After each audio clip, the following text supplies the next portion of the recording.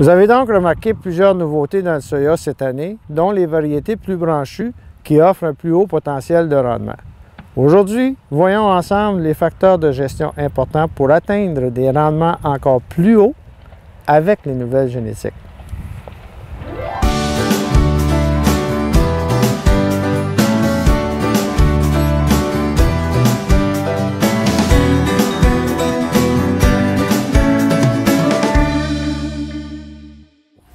Élancées, intermédiaires ou buissonnantes sont les différents types d'architecture du plant de soya.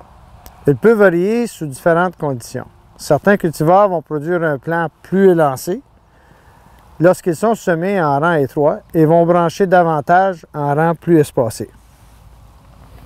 Les bourgeons axillaires peuvent développer une fleur, une feuille, une branche ou demeurer dormants, selon la densité du semis et la production d'auxine. Moins il y a de plants, plus il y aura de branches.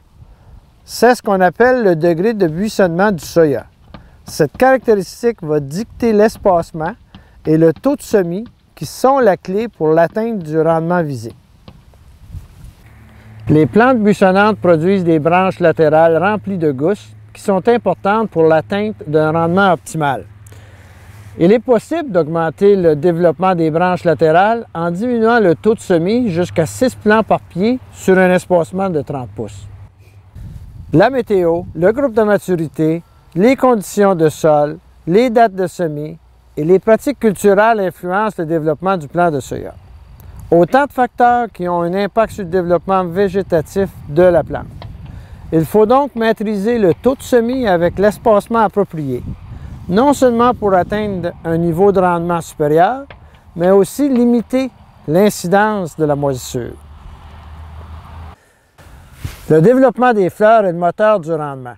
Sachant qu'un plant de soya perd plus de 60% des fleurs produites, il devient donc important d'avoir une profondeur de semis qui permet l'établissement d'un système racinaire profond afin de passer les périodes de sécheresse ou de chaleur extrême.